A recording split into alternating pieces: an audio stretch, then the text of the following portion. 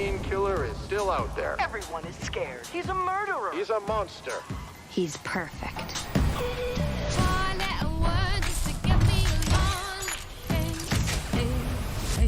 Hey, boss. Who are you? The name's Nimona. Your sidekick has arrived. I don't need a sidekick. Every villain needs a sidekick. I'm not a villain. The real villain is still out there, and I do need help. And then, who do you want to kill first? What?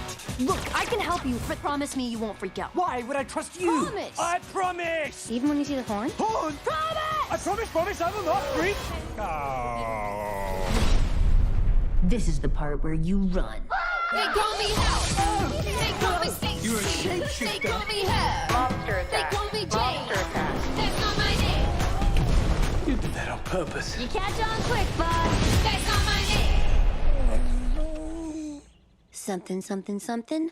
We win. I'm Mr. Cat if they throw me the ball. If anyone can find them, it's me. They call me Hell. They call me Stacy. Ambrosius really thinks I'm a murderer. That's not my name. You got betrayed by someone you trusted. Because once everyone sees you as a villain, That's not my name. that's what you are. Do you think he saw us? Yes. Why are you running around with a monster? Don't call her that. The world kicks you around sometimes. But together, we can kick it back. Monarch, smart, kind, and sophisticated. That guy just beat his armor! He beat his armor!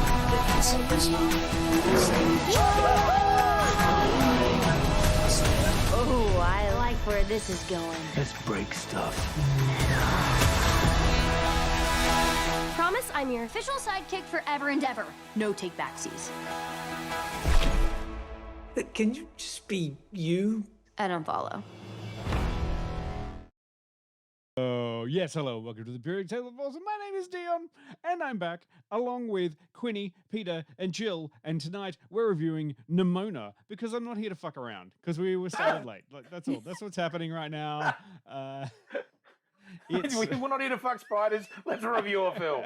Yeah, we're not here. We were slightly late. It's all crazy, but we're back and we're going on, and we're full. Everyone's back. Hello.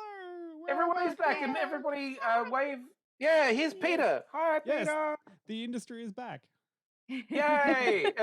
The strike can end. The industry is back. Thankfully, fresh from securing deals for the SAG after a writer's strike, Peter is. She started a new riot in Paris, and Yeah. She left. She that left. riot did start the day after I left. Yeah. No Because comment they didn't want you to on that. leave. Yeah, that was like, They're like, mon Dieu, come back. Beautiful lady. Mon Dieu, Australian redhead, where did you go? I don't know. What I will we couldn't do get with our down by baguettes any now? Frenchmen this time. That was a little bit insulting. What? Sorry, you didn't. What? You know, here's what it is. I'm sorry. I'm going to have a word with France. Can yes, I think it's impossible to age out of creepy Frenchmen. You would think. I was like, oh no, I really am past it. No. While we're all very much excited to have Peter back, I just need to shout out Jill for being part of the Cardigan Club. Cardi crew. Comfy cardies. Oh, Peter's got a cardi. Peter, you got a too. cardi too. Oh, Nice. what the I fuck? can tell. Quinny, where's your cardi? It's winter. Nobody it's cold. told me it was a cardi show. It's a cardi show. Yes. I will find my cardi A or B. I'm not sure. Oh, Oh no. Dad. Not proud. I'm Not sure proud. you can find something that will age you inappropriately there, Quinny, that you've got to hand. What do you have around that I'm just sure- makes you like older? A shawl? Do you have a shawl? A throw? I have some heat packs. Lavender heat packs. I mean, yeah, pop one on your shoulder. Nothing ages you more than the smell of lavender. Sorry to all of our lavender wearing fans out there. I tried. Look, all I'm going to say is I tried to get this show on the road to the review straight away, but it's been. We're now talking about lavender scented heat packs, and I don't know how we got here. That's all I'm saying. I have one of our friends who listens to the show was listening to and tweeting at me or messaging me while he was listening to the Dial of Destiny podcast, Mhm. and was just saying, "Holy shit, you guys are just so easily distracted." I was like, "Yeah, Yeah, look, I mean, Yeah. when I say that we're reviewing Nimona, Nimona is a title. It's a rough Yeah. guideline. Yeah. And much like the amount of shape shifting, our podcast shifts and shapes itself Absolutely. according to the conversation that we're having. Yeah, It's soon really this will quite be a fluid. this will be a political debate about various different things, and then it may become sketch comedy. We don't know. Really? Yeah. That is a lot of pressure to put us right tonight. Anyway, Yeah. do we all watch Nimona thanks to Netflix? God damn it, where's my sting? Wait, I was going to say, Dun, Dion, dun. this is your thing. Come on, do you have your thing ready? Your thing sting? There you go. There we go. Fantastic. was oh there, I no, just didn't know. I think the chat's trying to get us to do theatre sports. Oh, no. Oh, okay Yeah. then. Yes. I just and need a place and a profession. We literally had a discussion about theatre sports last week. we did. We Did had we? a whole discussion. You forgot, Quinny. There are many things that happen in this world that I have. Peter, are you sure you? I'm sure. Peter, are you sure you don't want to go back overseas? Because this is what you've come back to, and you're like, what? I'm just like when the improv starts, I just have to let you guys know that my connection is going to mysteriously drop out. And yet it seems so secure right now. Seems. Lots of things seem secure that aren't, Quinny. Wow, ain't that a fact? She could Like join in your with the cardigans.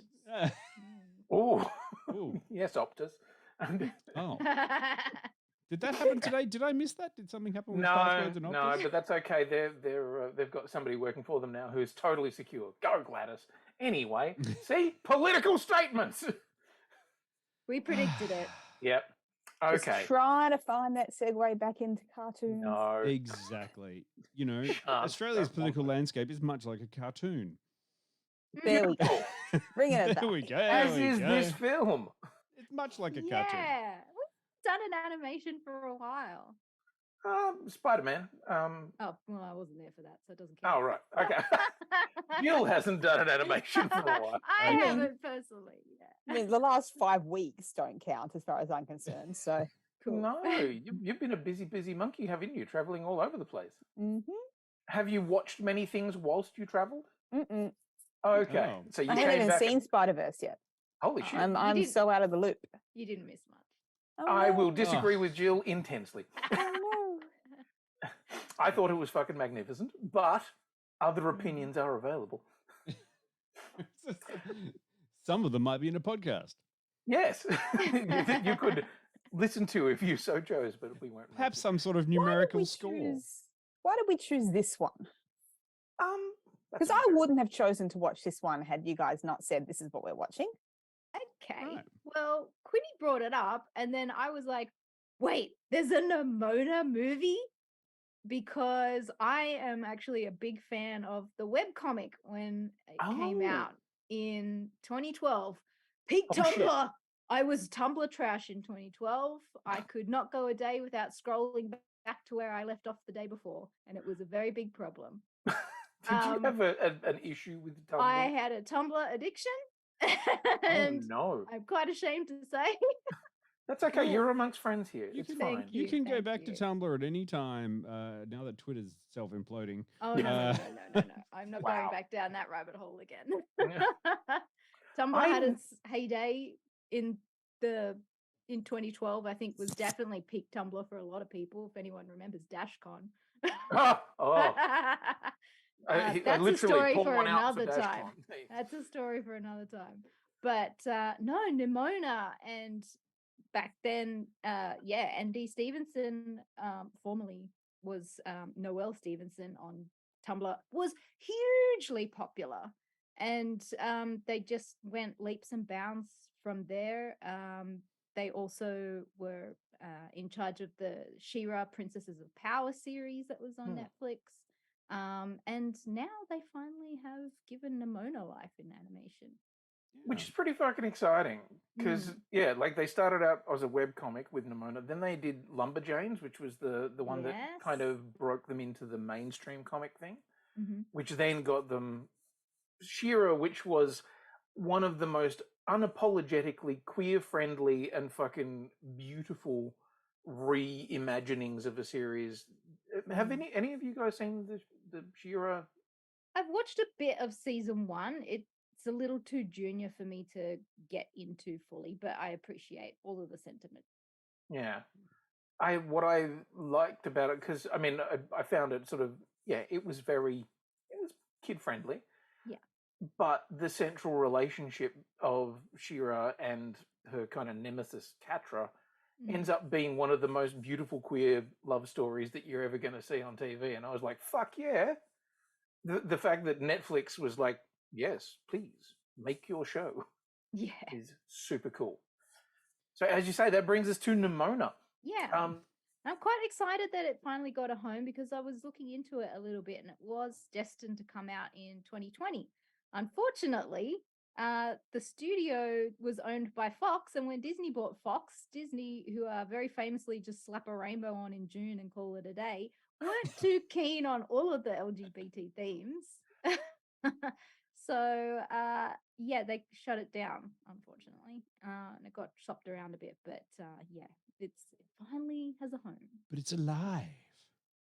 It is alive. And should we have a synopsis of the Yes. the thing? And we've had a request in the Oh chat shit, to- have we? to Okay, have right. the- Sorry, have it- sorry, Twitch. I've not been looking. Bayadsky has requested that you do it in Gladys Berejiklian accent. Okay. Would you like some thinking music, Quinny, while you have to work out what the fuck is going on? What's a Very- Gladys Berejiklian accent? I don't know. Yeah, what does she sound like? I feel like she's kind of, I don't know. What does corruption sound like? It sounds like a cup of tea, Quinny, that you spill all over yourself. Oh God! Oh no! I don't know. She's not as piercing as what's her name, the redhead. Pauline. Pauline. No, we're not doing Pauline Hanson. We don't need to do that. Like, look, you don't even know. I mean, She's take quite Pauline serious. and move her to the North Shore of Sydney. I feel like that's Gladys. Wow. You don't even have to do the last part. Just Gladys. What does a Gladys sound like? Any kind of Gladys. Gladys. Yeah, there we I always go. thought You've that got Gladys Gladys. sounded a bit like that. There you The go. story of Nimona follows the wild and unapologetic shapeshifter Nimona, who uses her powers to transform into anything and anyone that she wants to be, as she seeks out chaos and adventure and teams up with the wrongfully accused knight Ballister Boldheart, as he attempts to clear his name from the murder of the Queen. Oh, no. Oh, no. I said, pet, I said, love, I said, I can't come to your funeral. I've got a bingo game that day. Fair enough. That's not Gladys Berejiklian. No, it's but- really not. Just but like, a it's Gladys. Just a Yes. Gladys. It's a Gladys. That's right. Yeah, that's all I was going for. There's a Gladys somewhere. I'm pretty. I'm pretty. Casper's right. You do sound like when Bluey and Bingo do the old lady voices. I mean, realistically, this is shit that Dion and I have been doing for fucking 20 Too years. long. Too long. Well, Bluey stole it from you. Oh, absolutely. Yes, you did. Yes, old people voices aren't just like, come on, just definitely got copyright All on you them need at to all. do is just talk about the old days and get a little excited. The fact that Dion's wearing a cardigan at the moment just makes it all the... and Oh, he's nodded off. Huh? What? Huh? Who? When? How's? Oh, I got to get my diabetes medication. Get the Lipitor out. I've Well, been you- using that to lose weight. I was going to say, Hasn't you can't because everyone's using it to get thin now. Yes. Damn. Yeah. See, this is what I love about our show. It's a fucking rambling Fucking train wander. wreck. That's what it is. Peter's gone. Oh, she's out. It's not even theatre sports season yet, Peter. Come on. What did I promise you? It was going to get political. Then there was going to be sketch comedy. Yes. We've met all of our KPIs. Thank you very much. Look, Nimona, I would not have particularly picked this one up if I hadn't been asked to do it, and thank you for doing it. But it's a very sweet and fun movie, and it's really quite nice. And I like that it's pretty much set on its own little story, and I just am real pleased which I can expand more in the spoilery section, but I don't think it's a real spoiler, is like a low-key Godzilla film that I really enjoyed. Like you're sitting there going, this is Nimona, what is this all about? I don't understand it from the poster, I don't understand it from the characters, the trailer, like this seems to be very kiddie, and then by the end of it, I'm like, this is just fucking Godzilla, and I'm here for it. But not the Godzilla of like, oh, smash stuff. It's like, no, Godzilla is, you have to care for the beast kind of thing. It's Godzilla of feelings. Yeah. Godzilla is there to protect us kind of thing. And I really kind of appreciated that. And I love all of the stuff that it's felt like it was kind of riffing on. So that, we've got elements of Attack on Titan. You've got elements like it's super sci-fi. So you've got the visual cues that feel a little Blade Runner-esque and a little bit, cyberpunky. But then, at the same time, also medieval sword and sorcery kind of stuff.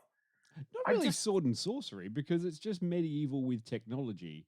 And it's kind of like one of those fun things where it's like, so it was a medieval society, and then that medieval society, without assessing itself and figuring out what it was supposed to do, has just kept everything all the way up into now. And now you have digital crossbows and, flying bikes. Electric horses, yeah. Yes.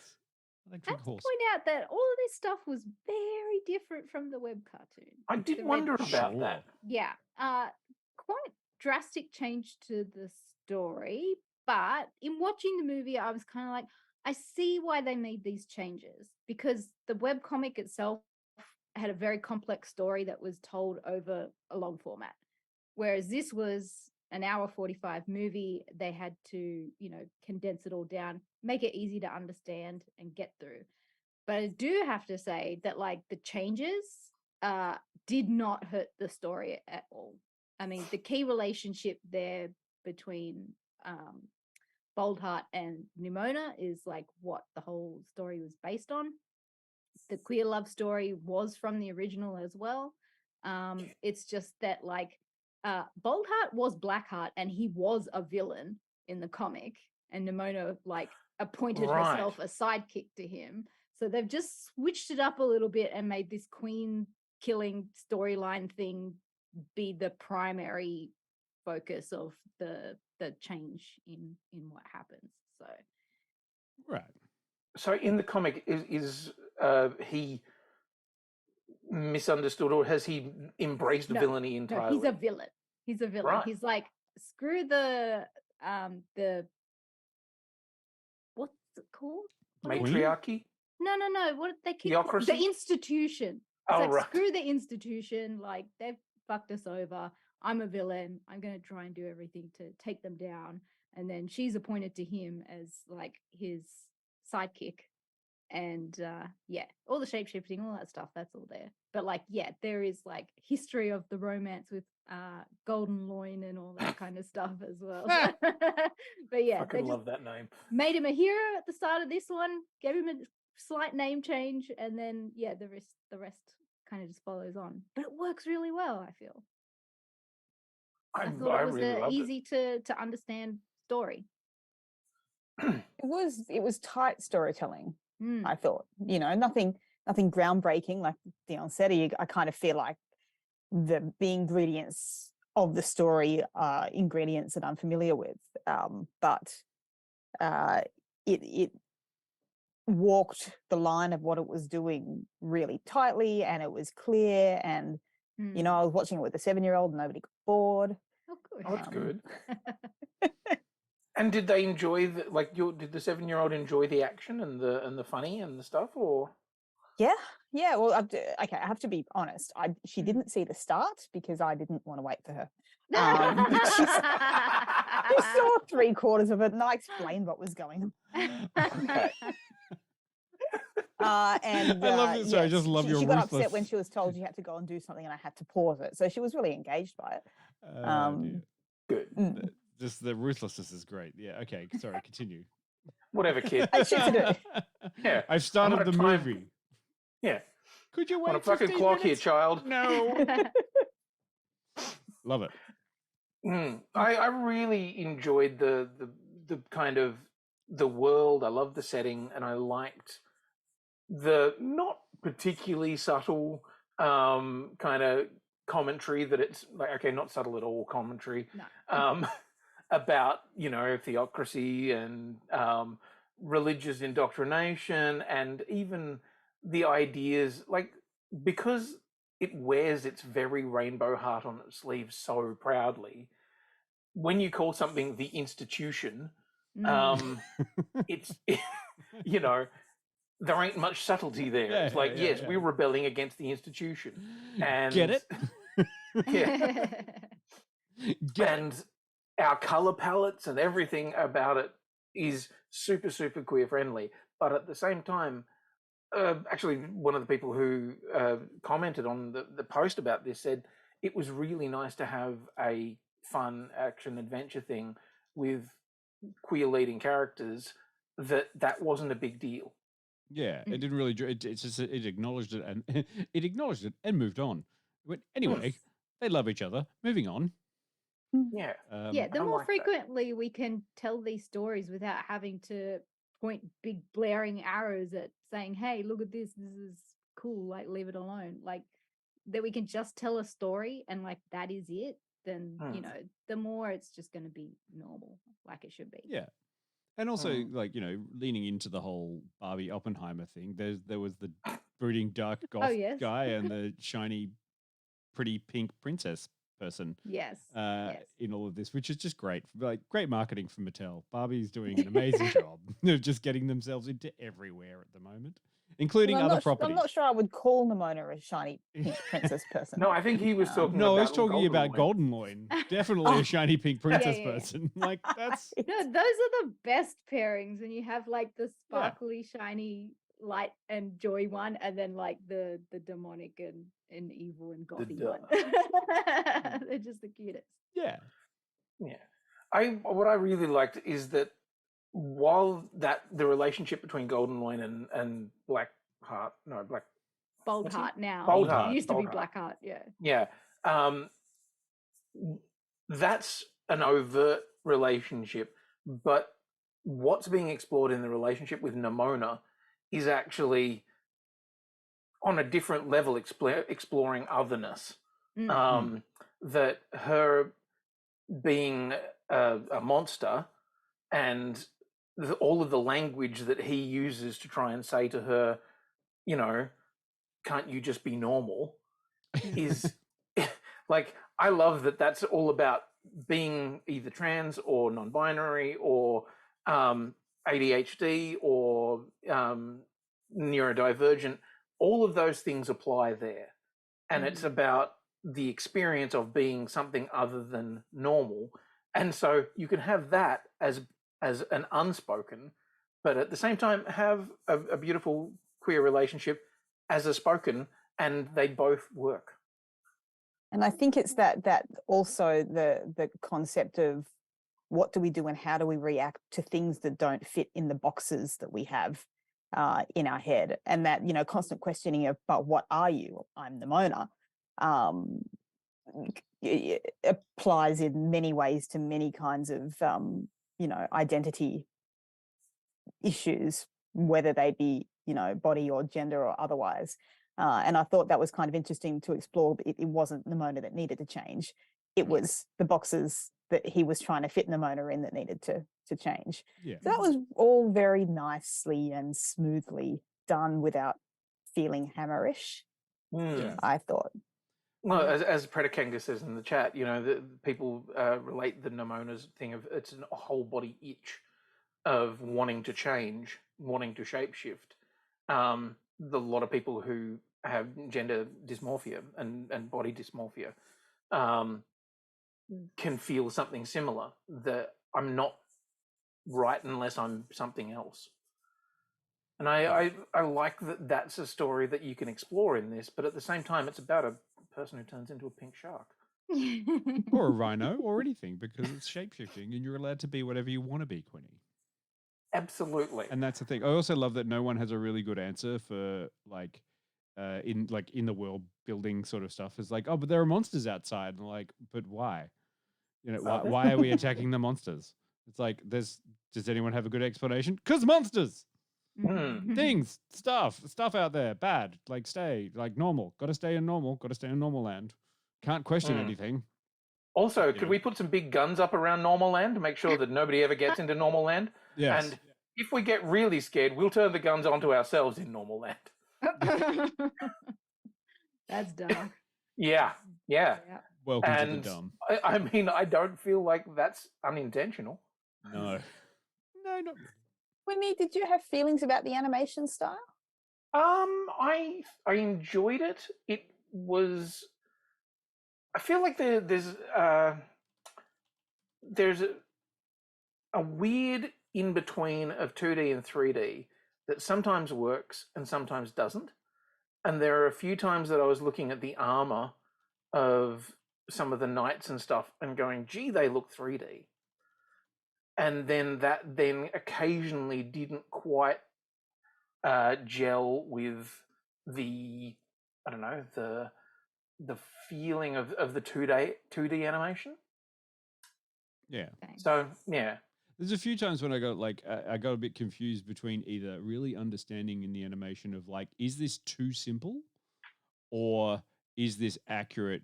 And I got lost a little bit occasionally. I was just like, oh, a little bit more detail would have worked, I think.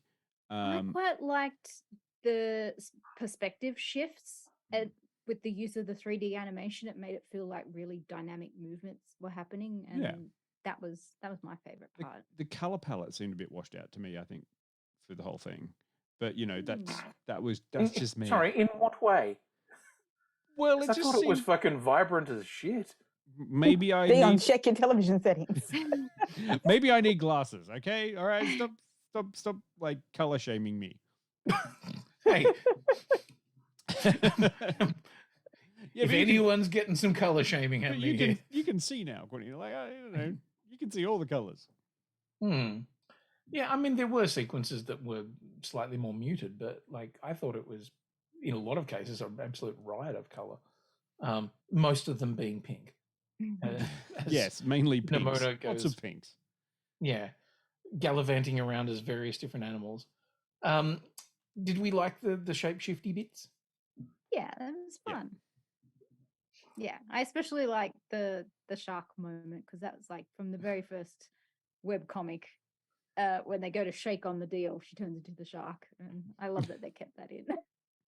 I love the and the teeth, the sound of the teeth. I was just like, great. I quite like the whale. Yeah. The whale That was my a good favorite. moment. Yeah, the whale had me questioning how does mass work when you shapeshift. Yes, well, I mean, how do you add or subtract mass? But I mean, you know, look, ask the Transformers. They were kings at that. Yes, How do they make that work?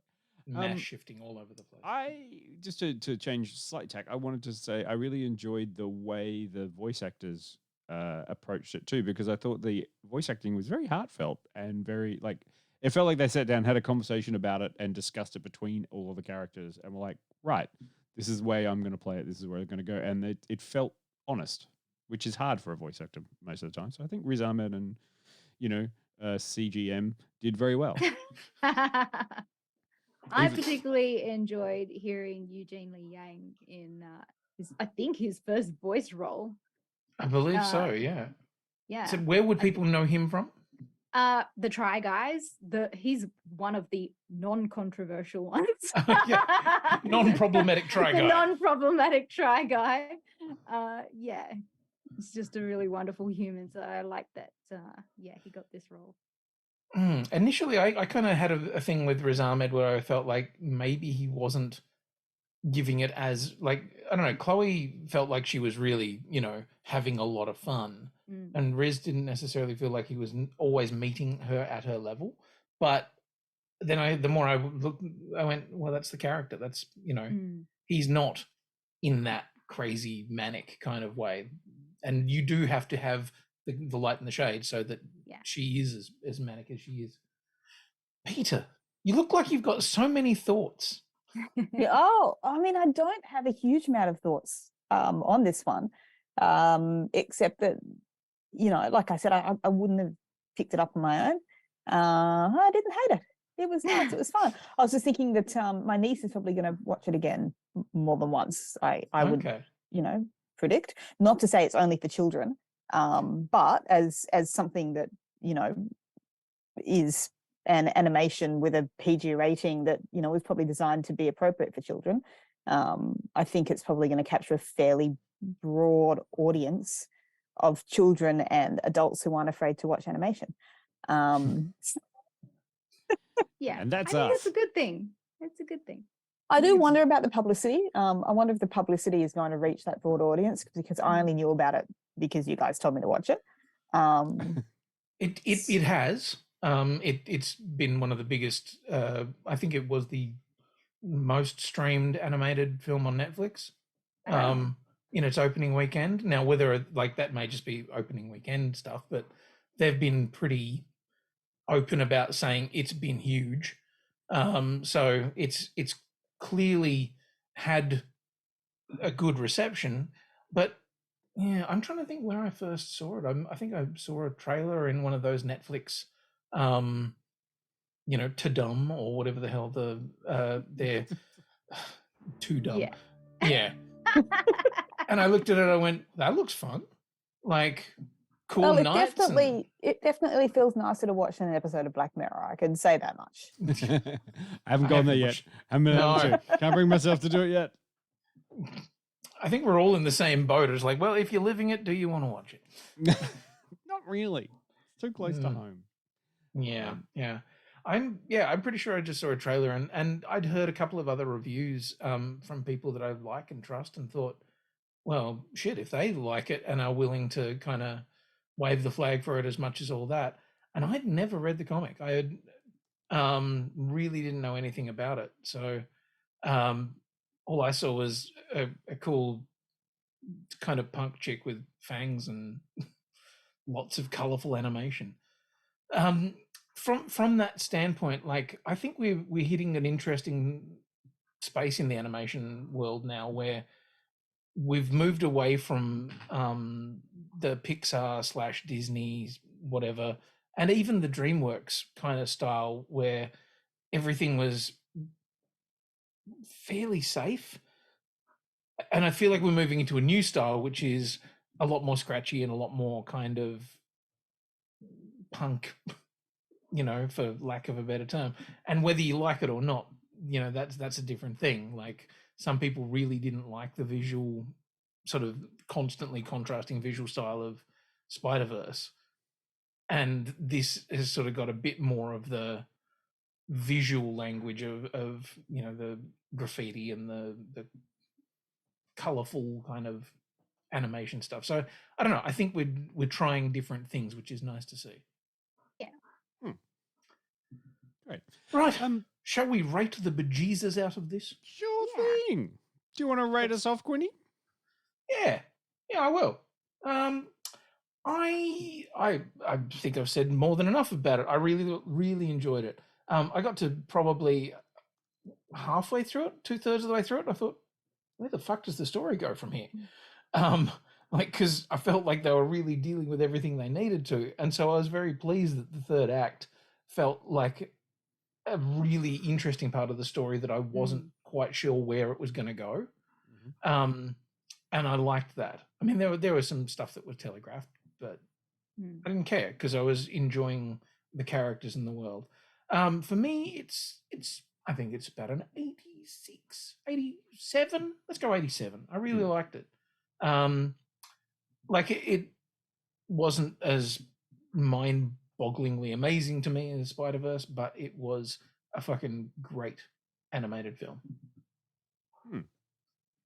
Drop a rating in the chat if you have seen it. Put that little out of 100 because it helps me to see them. Jill? I am going with an 85. I had a really good time. I was surprised by the changes to the story, but by the end of it, I'm like, no, you know what? That was a solid move, and it translates to a movie audience, and I think people are still going to get on board and understand it, even if they're diehard fans of the comic. So there were like a few things like maybe I also thought that Riz's performance was a little understated in moments too. Yeah. But and also maybe like some parts of the story just dropped a little bit for me, but otherwise, I quite enjoyed it. I might give it another watch. Yeah, I would happily watch it again. Sorry, your number was 85. 85, thank you. Sorry, I was starting a piece of software. Peter. Like I said, like it's not, you know, in terms of genre, wouldn't really be my first choice, but judging it on the merits of what it is and what it's out to do, I thought it was just really solid, you know, storytelling with no flab to it at all. And I really like the idea that my niece is, you know, we may feel the need to point it out, but the representation. But I like the idea that my niece is growing up in the world where she's going to watch these things and she had zero questions about why one character might, you know, or may not love another character.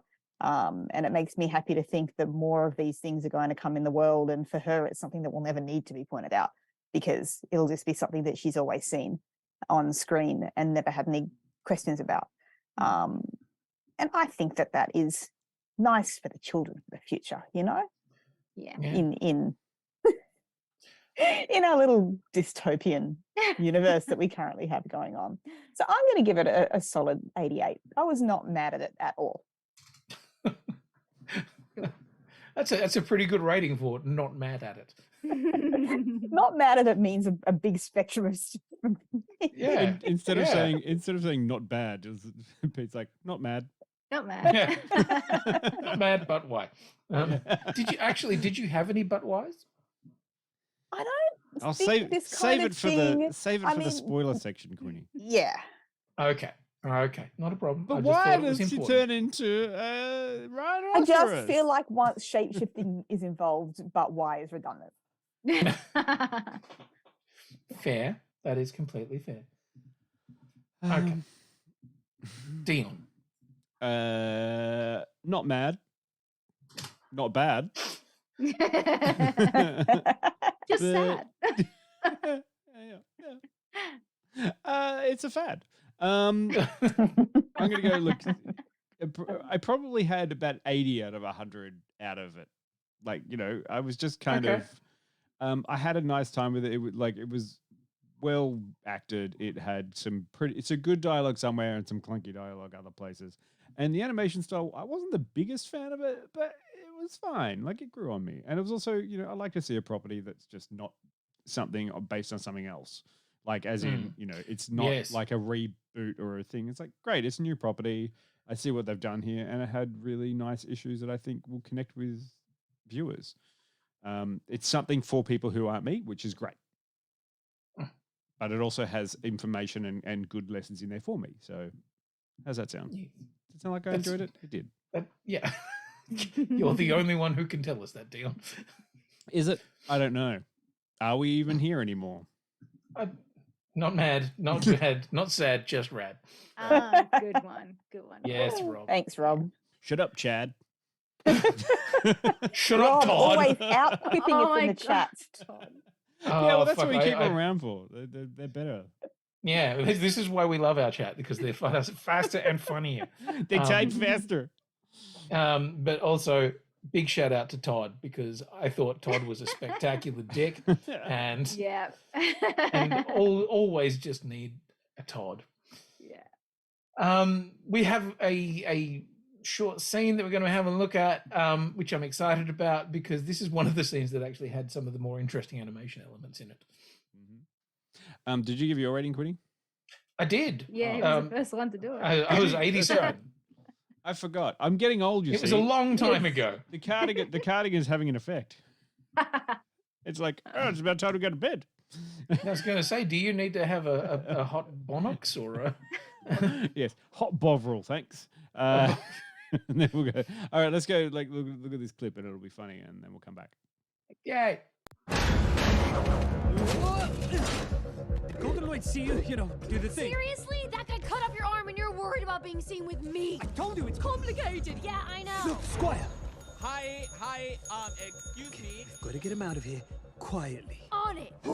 Wait, not like that. Not like that either. You want me to shift? You don't want me to shift? Pick a lane. And now you're a boy. I am today. Wait, no! Watch it. me. I know he's here. Find him. I can't believe it. Please move. Can I get your autograph, please? Okay, just one signature. Do you Who am I size signing? skin? Don't move. Because if you do, you're going to miss out on a great deal today. Excuse me, Mr. Spicer. I can't find my mommy. She went to that scary alley over there. Can you help me find her? Please. Oh no. Let me go ahead and pass this problem on to someone else. This baby's fully loaded, state-of-the-art sound system. There. Can we just part the waters? Thank you. Move the left, guys. Please help me, please. Please help me. A little demon baby is after me. Please help me, please.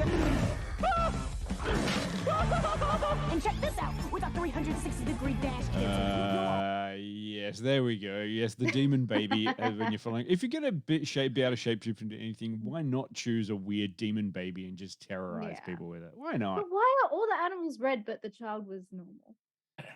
I enjoyed I mean, that. what's normal, Jill? Yeah. Oh. Oh, shots Excuse fired. me, I'll just see myself out. I did love at one point there was a very clear reference. It was like, would you just like to come out of the closet, please? I was just like, oh wow, really leaving that one right on the nose, aren't we? Yeah, but I mean, this is why it's kind of it's good if you're paying attention as an adult and you're watching it. You're like, oh, okay, there's a bunch of information in there that you're like, yeah, that's okay, that's fine. And as a kid, you're just like, oh, shiny, aha, looks turns into an ostrich, okay, hits people, fine. So and I love the personalities of all those different creatures as well, like because it's all her, it's all Chloe Grace Moretz, but like when she's the gorilla, there is a level of threat and insouciance there that I was really into. Just like, what do you fucking mean by that? Yes, and as Rob would point out, like I would punch a demon baby too if it was a simulation. 100%. If that thing was just floating around and coming at me in a crowded market, I'd punch it too. I laughed so hard at that. Just when it started floating and its little feet weren't moving, I'm like, oh!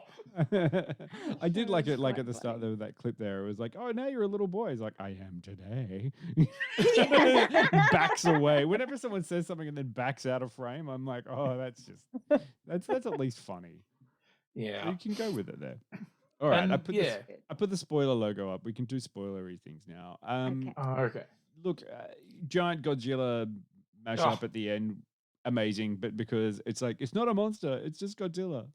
Be nice to it. And I mean, I have to admit the ending of it and the way that they wrapped that up was actually very beautiful. Yeah, and I thought I that was it because it wasn't. Yeah, it was about love. It wasn't about violence. Yeah, it You wasn't. could for sure squeeze a tear out watching this. Oh yeah. I mean, it was Squeeze a extremely what? Sorry, different to how A tear. a tear. Sorry, there was a bit of lag and my computer just was like, I was like, you could squeeze a what, Pete? I heard the word tear. I don't know what you were listening to, dear. Good, just check. It's always wise to check because I mean, you know, I'm not going to shame anyone, but also, really, yes, tear. You can definitely squeeze a tear out. Yes. I did like that. There were elements of that scene that reminded me a little bit of the end of Moana. Yeah. The heart of Tafiti thing and everything. I was like, oh, that's nice. But also, I really like that the monster was actually quite intimidating.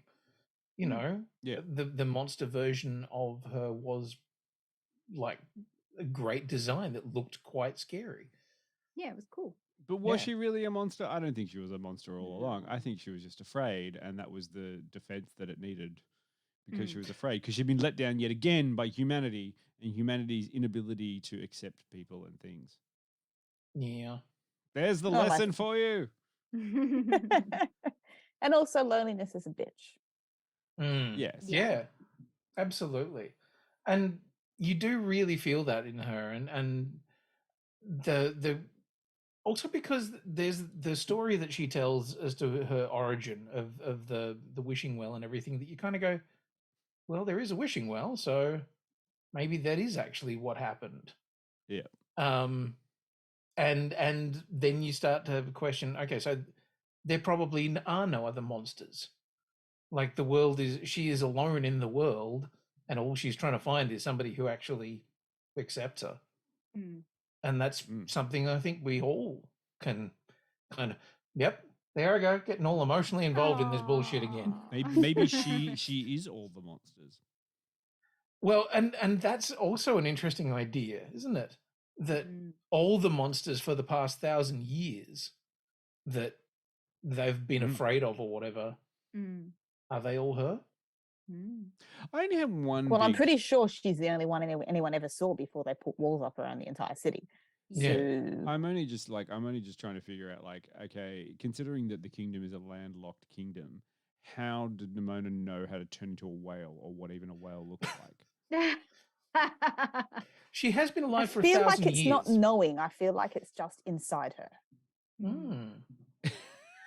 Maybe she invented all of these creatures. Maybe she's God. But like, I don't know if she's inventing the creatures. I feel like she's just feeling them and they're coming out. Like, I don't know that she's like intellectually going, I've seen a whale, I'll turn into a whale. I think they're just like lots of different facets of who she is, and they're all itching to have their moment in the sun. And yet she can immediately like see someone and turn into them as a perfect like carbon capture of, like, all right, can we stop pulling it apart? Maybe that's the difference between the pink ones and the full color ones. Yes, maybe you're full right. color ones she's copying. Right. And maybe the pink ones are all aspects of her. Yes. Look, I'm just coming up with theories on the fly here. You asked a really good question. No, I'm down and for that's that. how I'm down I am for this one. justifying it. No, it's fine. Maybe she, like, if she touches one of them, she gets to be the colored version. But if she doesn't touch them, then she just has to go off what she thinks they are, and they all become out monochromatic. I love it. It's great. She's never actually touched Maybe a shark. she saw them all in a pink book one time. In a pink book. You know what it reminded me of? Did you ever get those golden books when you were a kid? Yes.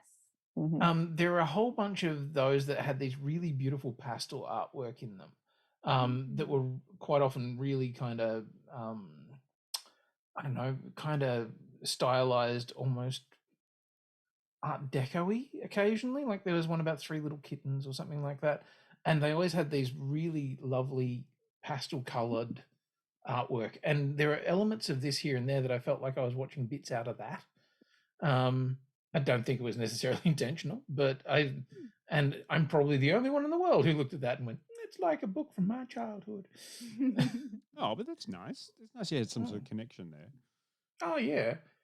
But also I liked the juxtaposition of the smoothness of the animation and the goofiness of her when she was all the different animals, to the sharpness of all of the design work of the institution.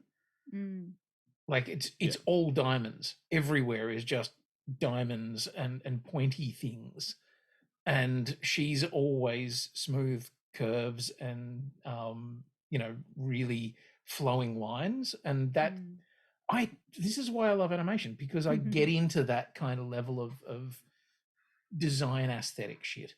Yeah. I'm intrigued to know who the animation company was that did it. Yeah, because it was like about 70% done when Disney axed it. So. Oh, really? Yeah. It was Blue Sky Studios started it. Right. Okay. I don't know Blue Sky Studios. I'm just having a look at what else they've done. But they're defunct now, so it's all fucked anyway. Bow. Oh, well. Yeah. Oh, they were the Ice Age franchise. Well, there you go. Okay. There's a bit of an adaptation, as you can read through quickly in there, but like it's nice to know that you can still, do the nice translation, because I did have a look at some of the animation, the original Reddit webcomic animation drawings that were there, and they were very angular and very kind of 2-dimensional, and I like that I wasn't quite sold on the animation in Nimona when I started watching it, and then after a while, I was like, oh no, it does actually really work in this 3D world. But they managed to keep making it look angular. Like if you flattened any of the images, it would make sense in the original style. So I think they did a quite successful sort of thing there. In the original, did you follow the webcomic all the way through to the end, Jill? No, not really. Okay, right. I had to give up my Tumblr addiction. Yes. See, I never went on Tumblr, so I don't know what the Tumblr addiction is. I just got lost in Mumbler. Wow. Just a bunch of people going. Anyway, what was the question? Oh no, I was sort of just interested to know whether, like, the story. How far did you get through the plot in terms of where this film goes? I can tell you that the ending is very different to the actual. Well, what's the ending? The comic. So, we're in spoiler town. We can know now. Yeah, I mean, in the web series, there's like a similar crescendo of like, what's the word? Conflict. Thank you. Yes. It's like, God, I'm sorry. I'm just like, my brain is losing English vocabulary. We I also can't even imagine. Did work on the weekend. Yes, so you guys sound a little smashed. Yeah, I'm at day nine of a work week or a work fortnight at the moment.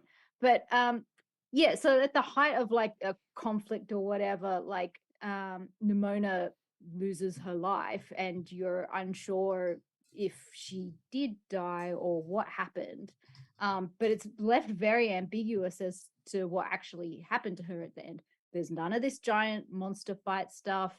There's none of this woman that was the first knight and protected this world. So there was none of that original conflict in her backstory that this whole movie is based on. So she just kind of like disappears from the world, and Blackheart is just kind of left wondering if he's ever going to see Nimona again, and goes through his life like thinking he's catching glimpses of her here and there, and he resolves his issues with Golden Loin as well. So that kind of all just wraps up. But at the end of this movie, she does come back. I was happy, because if there was one thing that I was desperate for them to not do, it was to kill your queers. Yes. Yeah. I was kind of like, don't do that, please, don't do that. Yeah. So I found the whole like change in Nimona's backstory really interesting, and I thought that yes, as part of the story for the movie, this all works really well because it gives you a start, middle, and end kind of thing, and helps you like understand all of her objectives and stuff. And I liked the final conflict in the movie. I thought that it all wrapped up really nicely. There was a little part that wanted a tiny bit more, from the point where she is saved from the sword by Boldheart. I would have, this is directorial decision, I would have liked to have seen more of that phoenix that she turned into. Yeah. That's a thing that I felt like it was beautiful symbolism. I wanted to see more of it because I wanted to see her be kind of at her most powerful. But then at the same time, she's gonna go and fight a big gun. So yeah. But if anyone's interested in reading the original webcomic, there's a collected graphic novel of Nimona that's available. Yes, and you can buy it on Amazon now, and it has a big N on the cover for Netflix. Oh, no. Oh, God. It's like when you have to go to the store and buy the book with the movie cover on it. Oh. Yep. All those Nicholas Sparks movies with Rachel McAdams on the front. You're only reading this because you saw the movie. It's like, that's why I'm reading the book. That's exactly why I'm doing this. Yeah. Just be happy I'm taking both. I remember going into that bookstore and buying the Neverending Story that had the photos from the movie on the cover of the book. Oh wow. Why wouldn't Yeah. you? Like, it's encouraged cross pollination. Just let it breathe, Yeah. man. Like, I mean, how And many it's also- book purists are never watching the movie? You know, or how many how many like absolute book purists are going out seeing a movie and then waiting for the written adaptation? I don't know. It is funny. Occasionally, you'll find people who actually really love the novelization of films. Fuck Like you. last, Or if you're dumb like me and thought Jurassic Park novelization came Oh. like chicken and egg kind of moment and not realize that it was a book before it was a movie. Or you're reading the Jurassic Park book. You're like, wait, this is the second movie. I always remember reading a couple of novelizations of things like Alien 3, which was Alan Dean Foster wrote a really fucking great book that was not that film. Nope. Oh no. So most novelizations are written based on the original first draft of the script. Oh. So they're like, here's our first draft. You go and write that. Now we'll go and make the film. Yeah. And some of them diverge fucking wildly. Because the book has to Alien come 3 out. is one of them. Yeah, the book usually comes out as the movie comes out or just before. Like in that kind of thing. Like the Star Wars Episode 1 novelization. I knew you were going to say that. It's vastly has a lot more in it than you would expect. Go and read that Yes. one if you feel like it. Yeah, it's fascinating. But there are some others that go into really weird places. Like I've been talking about the Secrets of the Mogwai, the animated series of Gremlins. A couple of people were like, "Oh yeah, it's cool, but I don't like it because it contradicts the book." And I'm like, "What book? It was a fucking movie." Oh no. Oh no. It contradicts the novelization. And the novelization apparently has Mogwais being aliens. Oh, well, that makes me not want to read the novelization, but also, damn you authors for being creative. I know. How dare you have a creative bone in your body? How dare the creators do stuff like that? That's weird. Anyway, any more to say about Nimona? Are we done with Nimona? I think we're done with We're Nimona. done with Nimona. Go out and watch Nimona. Nice It's movie. good. It's good. Don't get pneumonia from watching Nimona. I was gonna say I had Nimona when I was 8.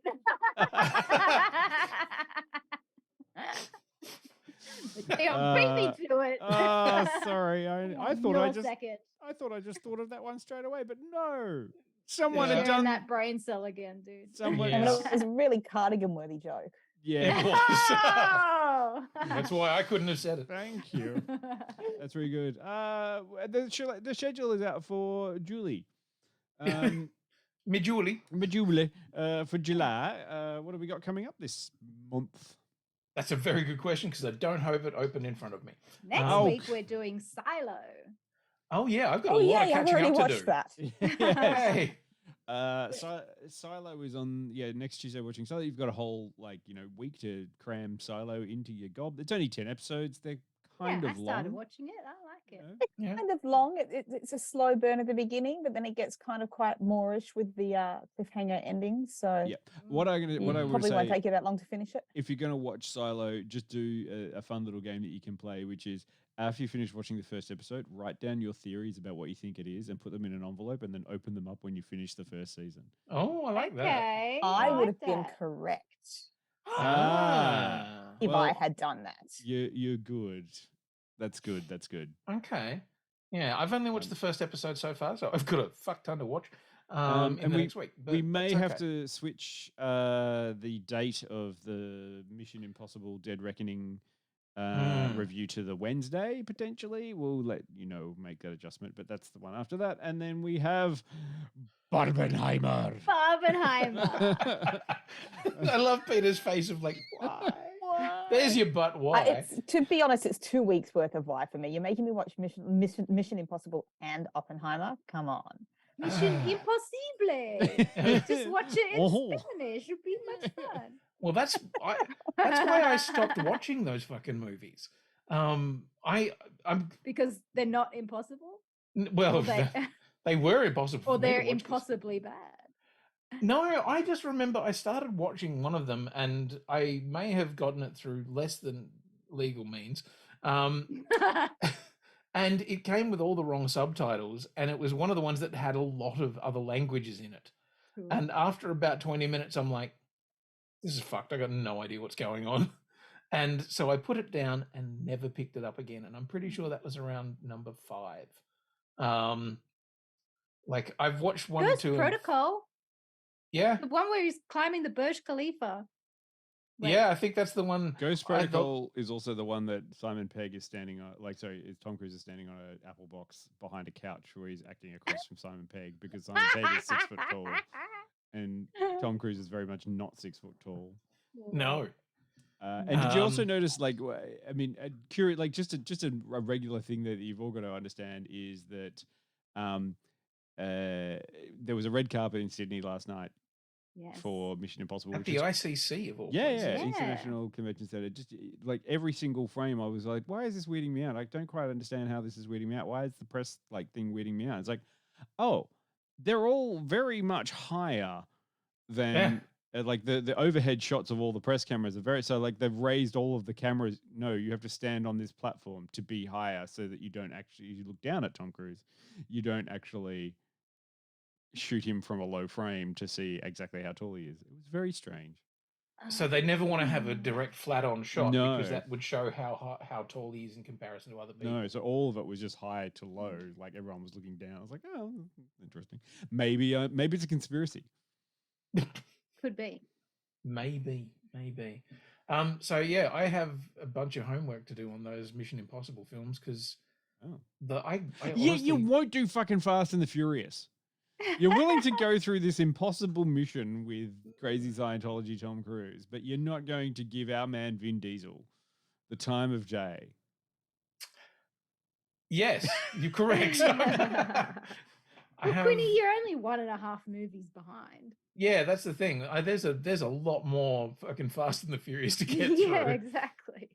But once you cross the Rubicon, Quinny, you'll never go back. You will understand what it means to be part of the family. Family. Yeah.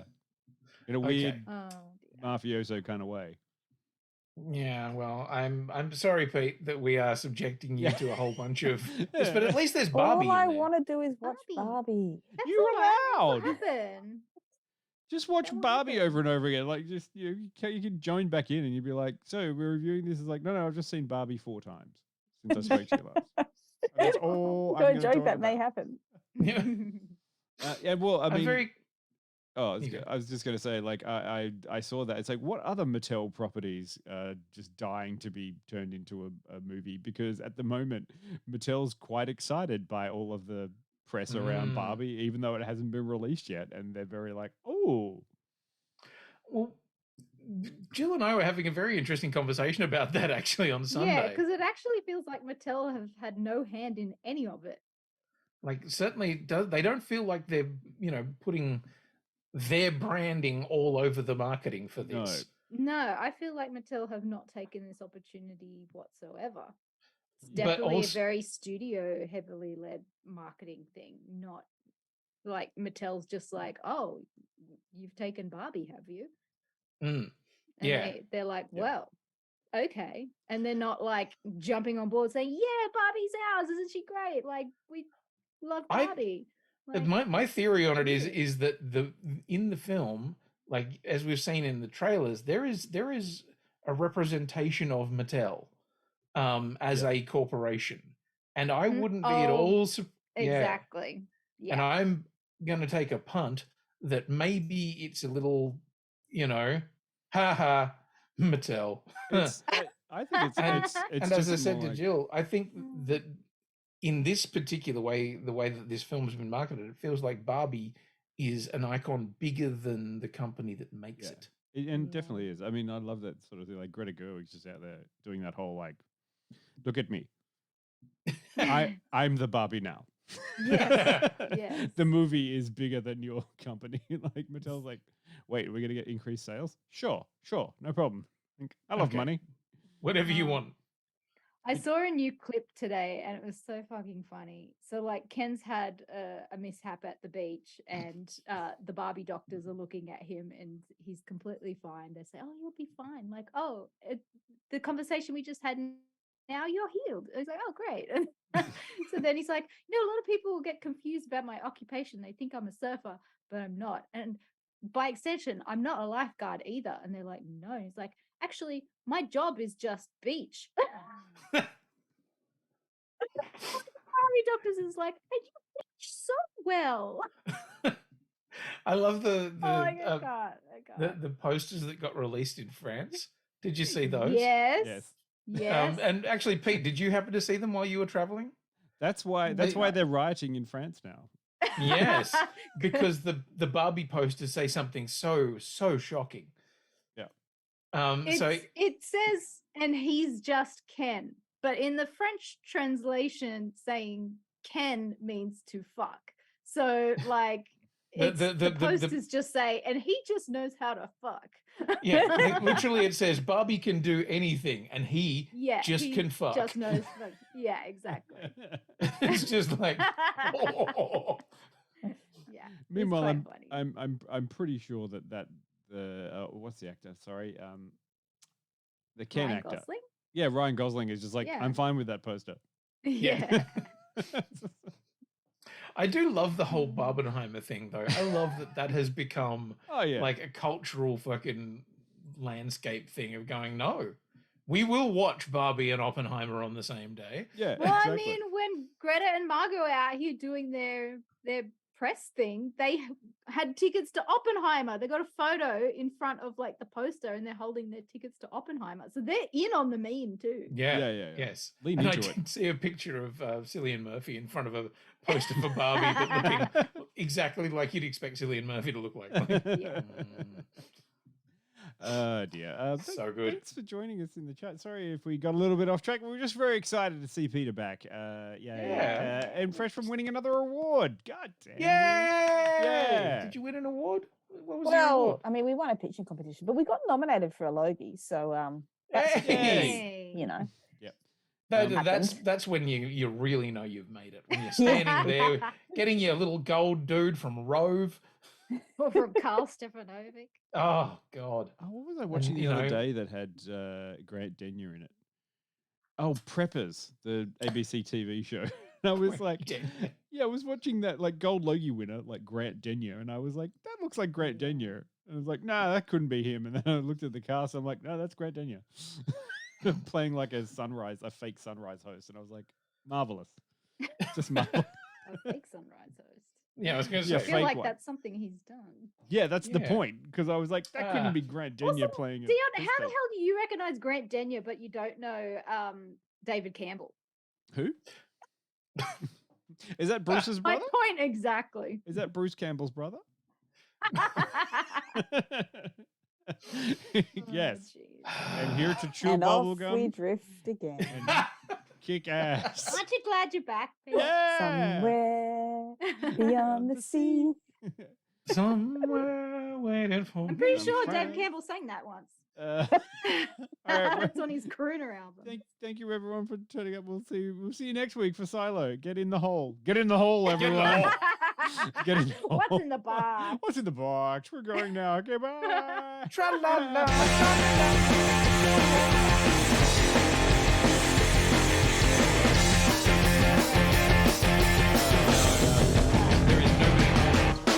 I wanna live in a world full of heroes, not sit here counting zeros in a cubicle downtown. I wanna look out my window, see 'em flying, and swing across the horizon as I cheer 'em on so proud.